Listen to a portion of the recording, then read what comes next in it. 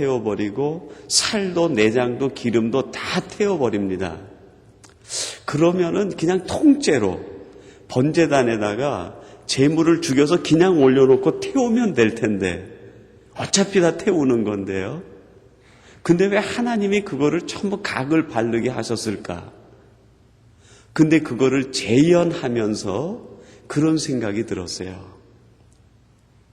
번제를 완전히 하나님이 태워드리라는 것은 우리가 짓는 죄가 얼마나 깊은지 그거를 보여주시는 것 같아요. 우리 속에 감추어둔 죄가 얼마나 많은지 그거를 하나님이 보여주시는 것 같아요. 껍질을 벗기면 살이 나오고, 살을 벗기면 뼈가 나오고, 뼈를 제치고 나면 내장이 쏟아지고, 내장을 찢고 나면 그 속에 또 기름이 들어가 있고, 그 기름을 파헤치고 나면 그 속에 또 알지 못할 이물질들이 그 속에 계속 들어가 있는 거예요. 제가 그 코 수술을 얼마 전에 하지 않았습니까? 의사 선생님 말로는 한 서너 개 정도 큰 혹이 이 사이너스에 있다는 거예요. 그래서 저는 그 정도 수술하면서 서너 개 제거하겠다. 간단하게 한 20-30분이면 끝나겠다 생각했거든요. 근데 수술 시간이 1시간 한 40분 정도 걸리고 수술이 끝난 다음에 그 간호사가 미스터리 하고 부르는 소리에 정신이 나서 이제 깨어나가지고 그 제가 첫 번째로 나를 수술한 선생님을 찾았어요. 의사 선생님 어디 계세요? 그랬더니 왜 그러냐요? 내가 뭔가 얘기할 게 있다고. 그러니까 마취 가운데 마취가 들 풀렸는데도 내가 그런 말을 막 하는 기억이 나는 거예요. 그래서 선생님이 와가지고 제가 물어봤죠. 코 안에 그 폴립이 몇 개나 있었냐 그랬더니 한 12개 정도가 있었다는 거예요. 깜짝 놀랐어요. 아니, 조그만 코 속에 서너 개 있다 그러면 이해가 되는데 그 12개를 빼냈다 그러니까 이해가 안 가더라고요. 그러면서 나중에 제게 그런 깨달음이 오더라고요. 내가 괜찮은 사람인 줄 알았는데 한 서너 개만 고치면 걔도 괜찮고 쓸만한 사람인 줄 알았는데 내가 모르는 혹이 더 많은 거예요. 나는 쓸만한 사람인 줄 알았는데 이렇게 서너 개만 딱 고치면은 걔도 괜찮은 줄 알았는데 하나님이 볼 때는 못 쓸 사람인 거죠. 서너 개가 아니라 수십 개를 떼내도 아직도 떼낼 게 있고 아직도 고칠 게 있고 아직도 몹쓸 것이 남아있는 정말 하나님 앞에서 몹쓸 사람이구나. 하나님 앞에서 내가 모르는 죄가 이렇게 많구나. 그 생각이 들더라고요. 그러면서 그 수술이 회복되는 가운데 얼마나 마음에 회개가 됐는지 몰라요. 하나님, 내가 아는 그것도 다 회개하지 못하고 사는데 내가 모르는 죄가 내가 아는 것보다 더 몇 배나 많으니 하나님의 은혜가 아니면 정말 한시도 살아갈 수 없는 그렇게 몹쓸 죄인이고 부족한 사람이구나 하는 것을 느끼고 회개하고 기도했던 기억이 납니다. 여러분, 우리가 하나님 앞에서 우리 몸 자체가 벌써 죄예요. 우리 몸이 가지고 있는 죄가 뭡니까? 욕망이라는 죄죠. 이 땅에 존재하는 모든 육체는 욕망이라는 껍데기의 죄가 있어요. 모슬러 오는 이 욕망이 5가지라고 그러지 않습니까? 5가지의 껍질의 죄를 쓰고 있는 거예요. 그리고 뚫고 들어가니까 또 무슨 죄가 있어요? 마음의 죄가 있고 생각의 죄가 있는 거예요. 몸만 죄인 건 줄 알았는데 우리의 정신도 마음도 이게 얼마나 죄의 껍데기인지 몰라요. 선입견으로 고집으로 내 생각으로 내가 가지고 있는 경험이 만들어 놓은 것으로 죄의 껍질이 그냥 또 쌓이고 쌓이는 거예요. 그것이 다인 줄 알았는데 정신분석학자들이 우리 사람을 연구해 보니까 그 속에 자기도 모르게 감춰놓은 무의식의 죄가 있다는 거예요. 무의식의 죄들이. 아주 어린 시절부터 사람들과 대면하면서 대인관계 속에서 생긴 마음의 상처들이 풀리지 않으면 무의식 속에 들어가는데 그게 뭡니까? 분노라는 죄, 미움이라는 죄, 시기라는 죄, 내 꿈이 이루어지지 않은 좌절, 낙심, 절망, 내게 어떤 상처를 준 사람에 대한 아픈 감정들, 수없이 많은 것들이 무의식 세계 속에 그냥 혹처럼 달려있는 거예요. 욕망의 죄만 있는 줄 알았는데 생각의 죄는 또 얼마나 깊습니까? 그것이 단 줄 알았는데 무의식 세계에 들어가 보면 죄의 덩어리들이 가득가득 고여있는 거예요. 재물을 바르고 껍질을 제껴내면서 제가 느낀 것이 그것이었어요. 인간은 끄집어내도 양파를 까내듯이 죄인이구나. 이건 죄인이구나. 인간으로는 자기 스스로가 구원받을 수 있는 조건이 안 되는 거예요. 아무리 노력을 해도 욕망은 제어할 수 있을지 모르겠어요. 불교도처럼 신앙생활하면 속세를 떠나면 욕망의 굴레는 벗어날 수 있을지 모르겠어요. 깊은 수도를 하면 정신은 좀 어떻게 깨끗하게 할 수 있을지 모르겠어요.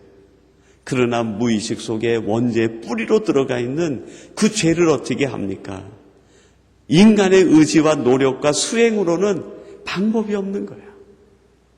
그래서 하나님이 주시는 방법이 무엇입니까? 완전히 다 태우라는 거예요. 태우라는 거예요. 우리 가장 깊은 곳에 성령의 불이 들어오셔가지고 무의식의 세계에 분노도 태우고 미움도 태우고 절망도 낙심도 태우고 생각도 태워주시고 우리의 욕망까지 완전히 태워버려야 그 뒤에 우리가 비로소 한 단계 더 깊은 은혜의 자리로 들어갈 수 있는 거예요. 마지막 은혜의 자리로 들어가기 위해서 또 하나 거쳐야 되는데 그게 뭡니까? 물두멍을 거쳐야 돼요.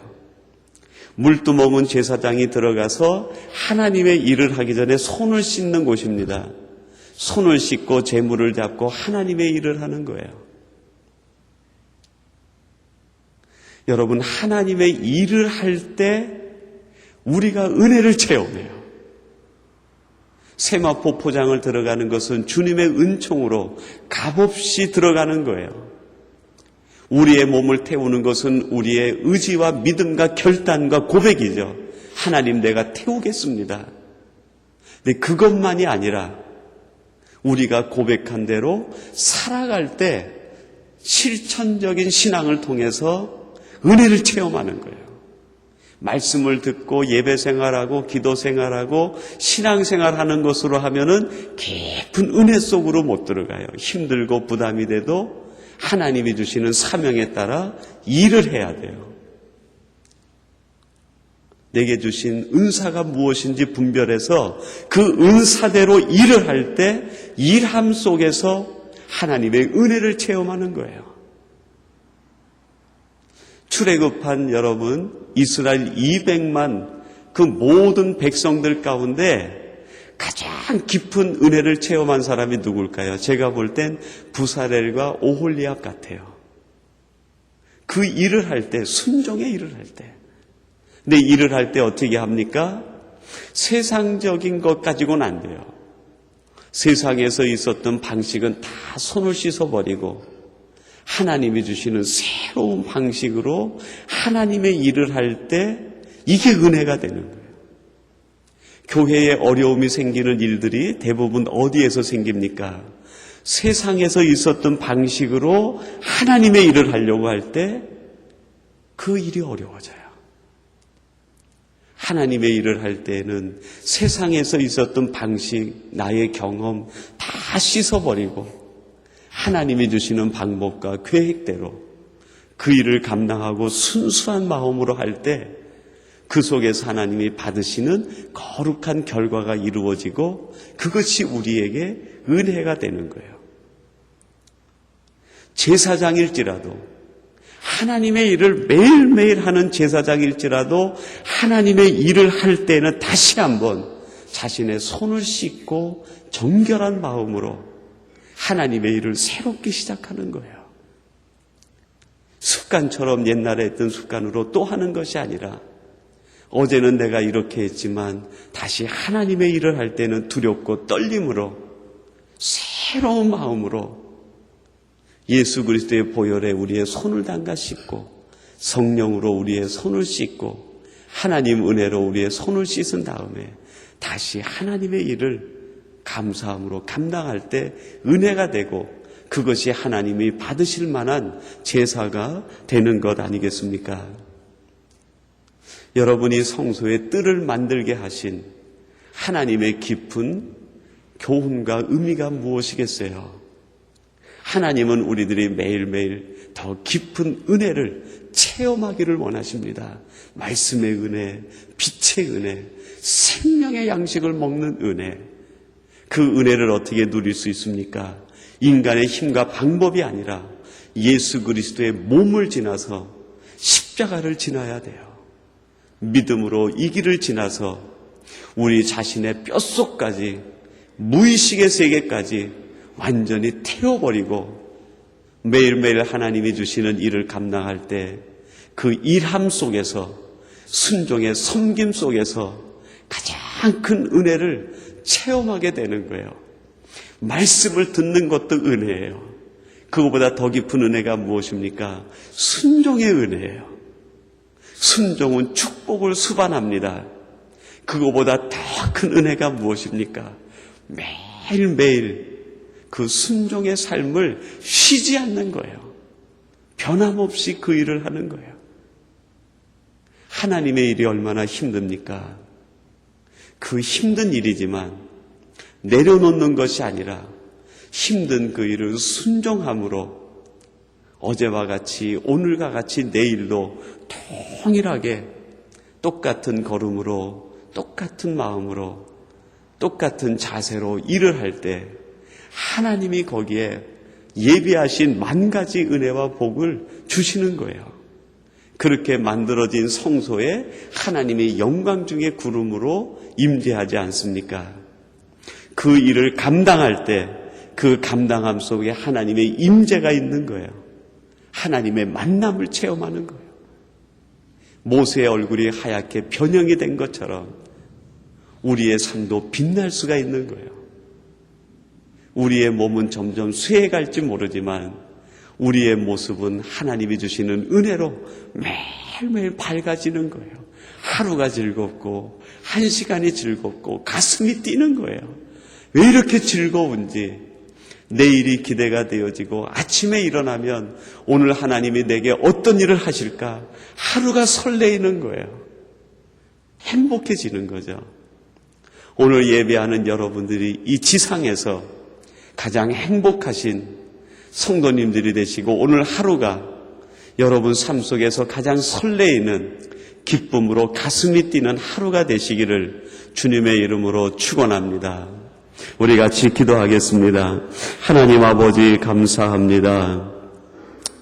하나님께서 말씀하신 대로 성소의 뜰을 만들면서 우리들이 어떻게 해야 더 깊은 은혜로 들어갈 수 있는지 하나님의 말씀을 영적으로 교훈해서 가르쳐 주시니 감사합니다. 하나님 저희들이 예수 그리스도의 몸을 지나 우리 자신을 완전히 뼛속까지 태우는 무의식의 세계까지 태울 수 있도록 도와주시옵소서. 그것뿐 아니라 이제 변화된 모습으로 하나님의 일을 감당함으로 그 일함 속에 임하시는 하나님의 은혜가 넘치게 하시고 하나님의 은총이 넘치게 도와주시옵소서. 오늘도 이 새벽을 깨우며 예배하시는 우리 모든 성도님들이 오늘도 여호와로 인하여 즐거워하게 하시고 하나님으로 인하여 감사가 넘치는 복된 날이 되게 하여 주시옵소서. 예수님의 이름으로 기도하옵나이다. 아멘. 하늘